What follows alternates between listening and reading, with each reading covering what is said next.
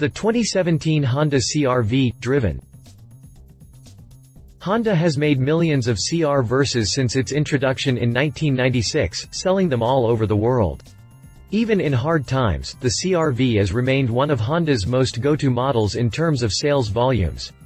And who could blame customers for choosing the functional, fun, fuel-efficient, and frugal crossover? Its combination of Civic-based goodness mixed with a high-riding suspension and relatively voluminous interior make it a great those needing to split the difference between a traditional SUV and wagon. That recipe carries over for the 2017 model year, though everything else about the CR-V changes.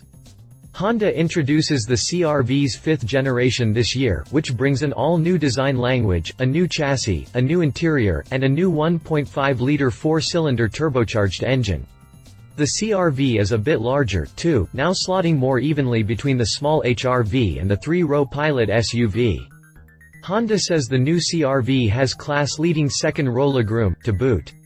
The CR-V's cargo room offers an impressive 75.8 cubic feet of room with the second-row bench seat folded flat. That's far more than the Ford Escape, 67.8 cubic feet, and just a touch bigger than the Toyota RAV4's, 73.4 cubic feet. Despite this, the CR-V's footprint isn't much bigger than its competition.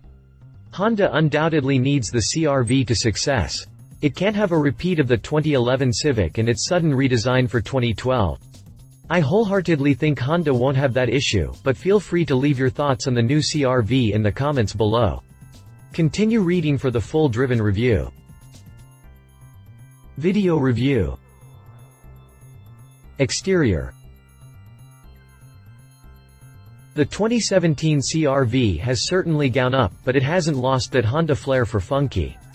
Its front end resembles the Civic, which makes sense as the two are closely related. The CR-V definitely wears a more macho face thanks to the larger lower grille and its black plastic cladding. It almost gives the CR-V a 5 o'clock shadow. Those whiskers continue around the side of the crossover, trimming the wheel wells, rocker panels, and rear bumper. The cladding give it that SUV-ish look without being overly forward in its attempt. The CR-V certainly won't be mistaken for a Jeep Renegade.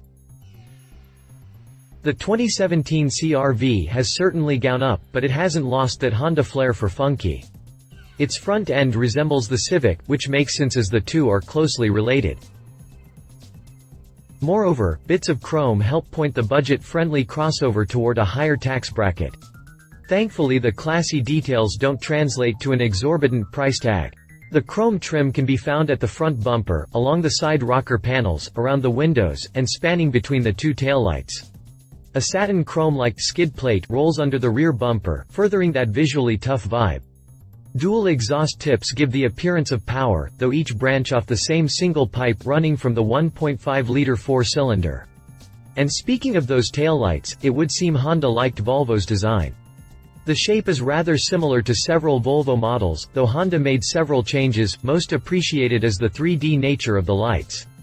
The red housing bends along with the D-pillar and extends well beyond the bodywork. A deep scallop in the center furthers interest in its design. And speaking of scallops, the license plate resides deep within the tailgate. The surrounding bodywork pushes the taillights and Honda badge further north, making the rear window appear small relative to the sizable rear end. Surprisingly enough, rear visibility isn't overly compromised. And speaking of those taillights, it would seem Honda liked Volvo's design. The shape is rather similar to several Volvo models, though Honda made several changes, most appreciated as the 3D nature of the lights. Honda has also included some interesting, aerodynamically tuned features back here. The rear quarter panel has a sharp crease running vertically between the taillight and lower reflector. This helps cleanly separate air from the bodywork to maximize fuel efficiency. Aesthetically, it makes for an interesting corner to see and touch. The competition. Perhaps the best known and most often cross-shopped competitor to the CR-V is the Toyota RAV4. The RAV4 has been around since the mid-1990s and underwent its last generational change in 2012. A 2016 mid-cycle refresh brought new life and a polarizing mug to the two-row crossover, along with an available hybrid powertrain. Perhaps the best known and most often cross-shopped competitor to the CR-V is the Toyota RAV4. The RAV4 is definitely interesting. Its front end wears a sharp upper section with the lower grille acting as the main air entrance for cooling. As far as looks go, the RAV4 is definitely interesting. Its front end wears a sharp upper section with the lower grille acting as the main air entrance for cooling. The unconventional front does make it stand out, though some might argue against whether it's good or bad. Thankfully, the grille is the only polarizing section of the RAV4's exterior. The sides and rear are all conventional crossover, with nothing overly exciting or noteworthy. That's just how Toyota circa 2016 would have wanted it. I'd bet the next iteration of the RAV4 will include sportier styling that mirrors the new 2018 Camry. Exterior dimensions. Interior. The 2017 Honda CR-V benefits from a rather well-conceived interior with a focus on comfort and convenience. Cup holders can be found at every logical place, small cubbyholes and storage spots abound, and comfort for all 4 passengers, or 5 in a pinch, is impressive. Behind the wheel, the driver is greeted with a fully digital gauge cluster. Unlike many high-end vehicles with an uninterrupted screen, the CR-V partitions its gauges as if they were analog. In reality, the coolant temperature and fuel level are only small digital readouts and not part of a massive, driver-configurable screen.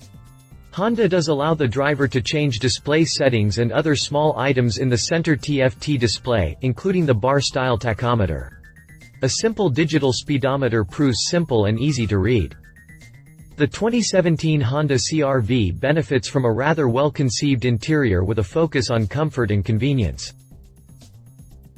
Mounted front and center, the infotainment system proved easy to use and within reach of both front seat occupants. Honda even includes an honest volume knob. That's thanks to all the squawking from journalists and customers about the silly volume slider bar. Stationary soft keys along the left side of the screen make for easy application shortcuts. I did find the infotainment system's interface somewhat busy at first, but I grew to know where often used buttons and readouts were located. The HVAC controls are incredibly simple to operate. The knobs control temperature for both the driver and front passenger, while buttons control fan speed.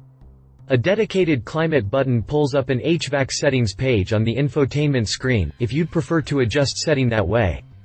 Defrost, recirculation, and the side mirror heater buttons are all hard key, located between the knobs. My tester also came equipped with 3-level heated front seats. Mounted front and center, the infotainment system proved easy to use and within reach of both front seat occupants. The funky center stack also houses the gear shifter, electronic parking brake, and econ button. Sadly, Honda does not provide a way to manually control the CVT's ratios, leaving only a sport mode and low mode. I'll talk more on that in the behind the wheel section below.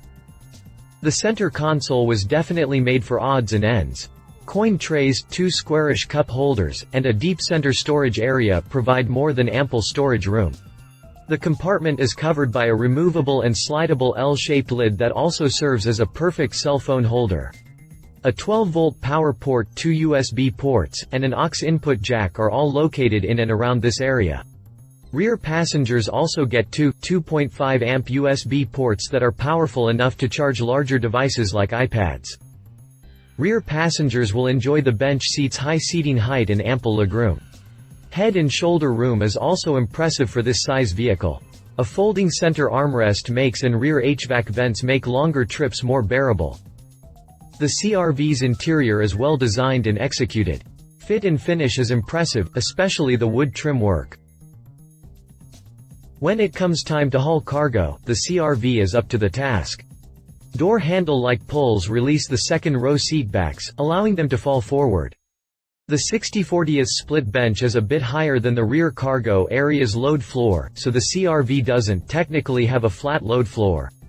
I can't imagine how the 2-inch step-up would be detrimental to cargo storage, though.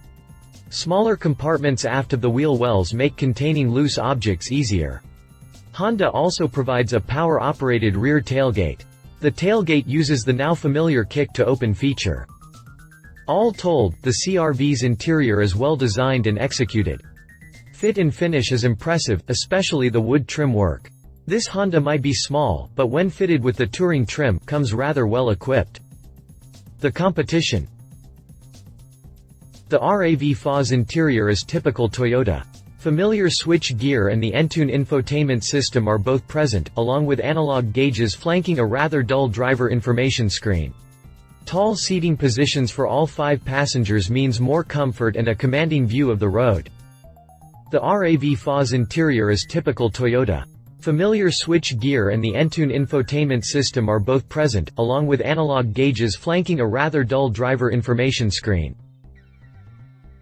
Speaking of comforts, the RAV4 is available with dual-zone climate controls, heated front seats with memory settings for the driver's seat, and a good amount of space for people.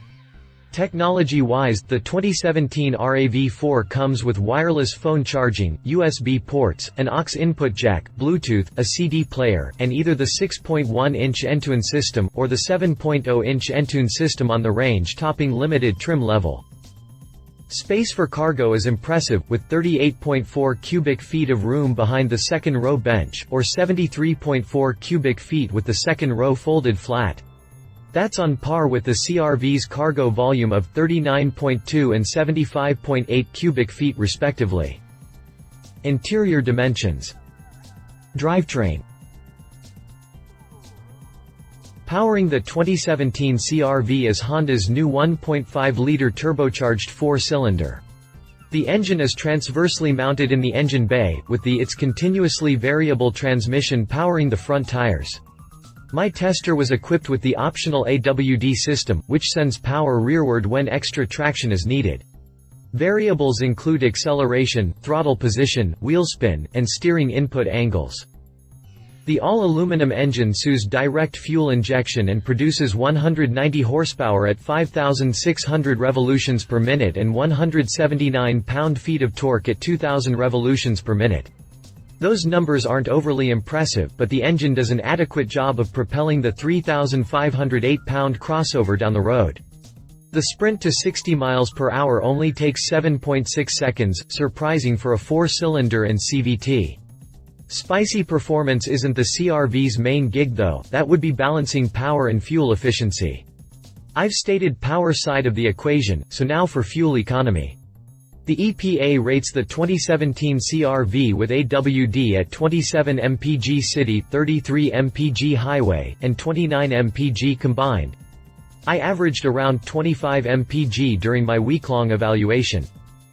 The all-aluminum engine uses direct fuel injection and produces 190 horsepower at 5,600 revolutions per minute and 179 pound-feet of torque at 2,000 revolutions per minute. Much of this is thanks to Honda's IVTEC valve train system. It uses a special camshaft system to control valve lift, duration, and timing, all of which change with engine RPM. It's like having 2 camshafts in one. It gives the engine a fuel-sipping character down low, and a peppier attitude when the throttle meets the floor. The CR-V is definitely built for light duty, on-road driving. Its ground clearance is less than some of its more off-road capable competitors and it's only rated to tow 1,500 pounds. The 1.5-liter turbo is actually the optional engine in the CR-V. The base LX trim gets the carry-over 2.4-liter 4-cylinder, which makes 184 horsepower and 180 pound-feet of torque. It too is mated to the CVT and can be had with AWD.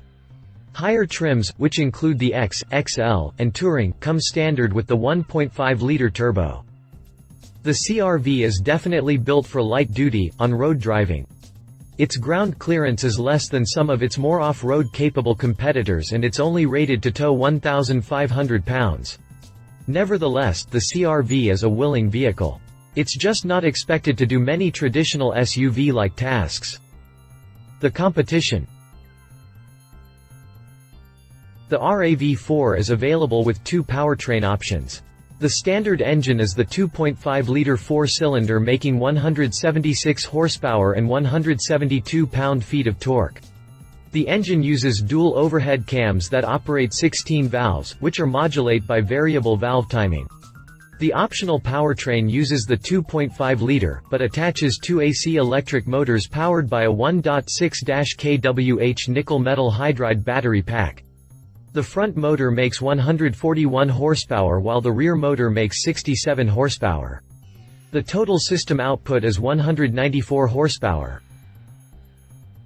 The non-hybrid RAV4 uses a conventional 6-speed automatic transmission, while the hybrid uses a continuously variable transmission. FWD comes standard and AWD is optional. AWD does, however, come standard on the RAV4 hybrid.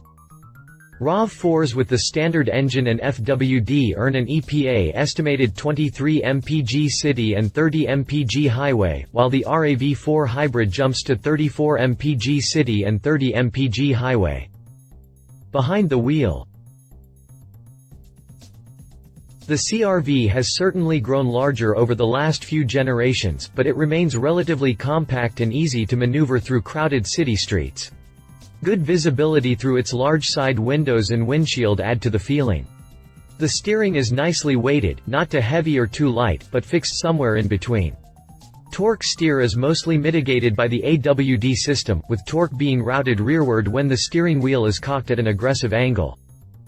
The 1.5-liter turbo 4-cylinder does a good job at making power and pushing the CR-V down the road. It even hints at its boosted nature when coming off the throttle, slowing down to a stop. The turbo give a decrescendoing burr if you listen close enough.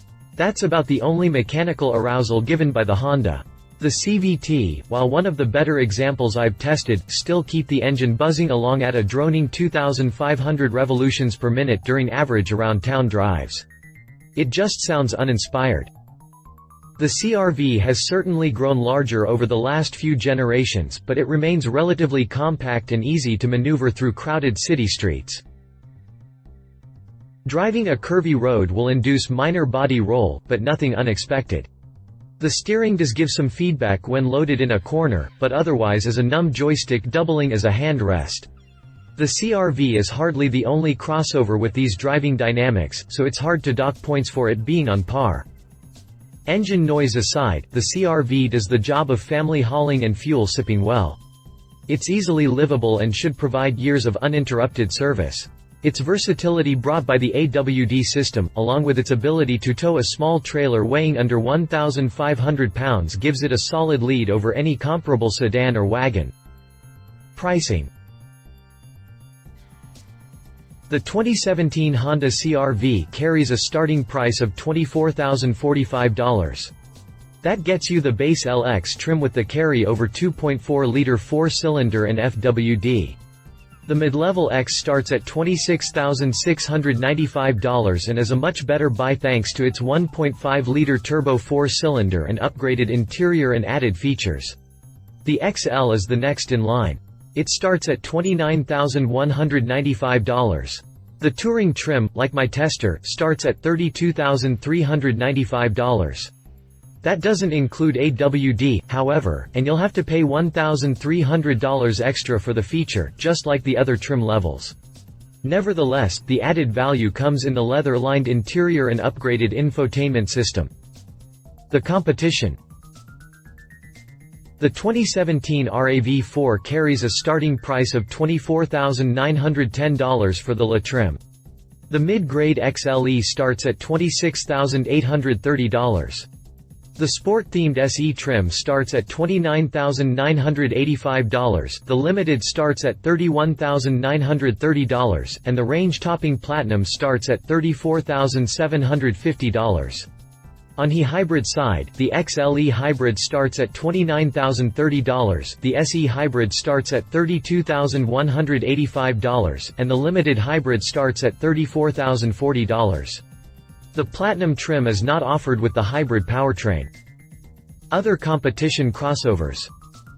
Mazda CX-5. Mazda's popular CX-5 crossover is a handsome competitor to the Honda CR-V. The Mazda combines its latest Kodo design language with a well-appointed interior for a striking appearance. The CX-5 is heavily refreshed for the 2017 model year, though most of its mechanicals carry over unchanged. Nevertheless, the CX-5 offers a high-style, driver-focused package with Mazda's Zoom Zoom flair.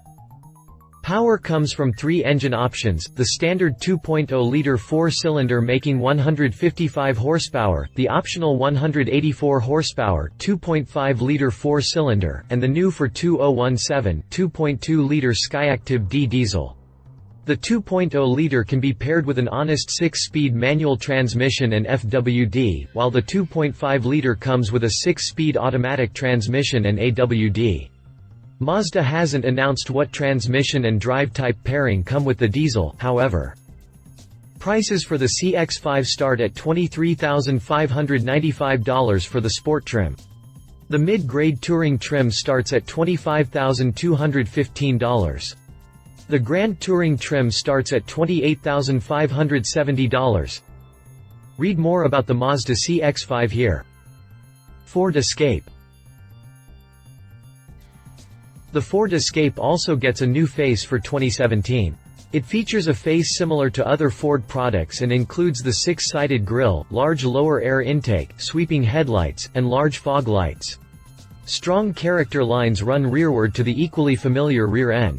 SUV-ish bumper protectors help beef up this crossover, while its low-hanging chin keeps it from truly experiences rugged terrain. The interior is also new, with Sync 3 in the dash, a sizable TFT display in the gauge cluster, and plenty of room for 5 people. Under the hood comes 3 engine options, the base 2.5-liter 4-cylinder, which is mostly relegated to rental fleets, the peppy 1.5-liter EcoBoost 4-cylinder, and the surprisingly stout 2.0-liter EcoBoost 4-cylinder. All 3 come with a 6-speed automatic and FWD, though the 2 turbocharged engines can be optioned with AWD. Horsepower ratings are 168, 179, and 245, respectively. The 2.0-liter is definitely the enthusiast's choice. Pricing for the 2017 Escape starts at $23,750 for the base S trim level. The SE starts at $25,250.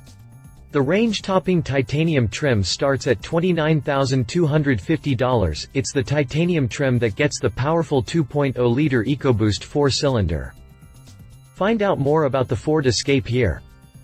Conclusion.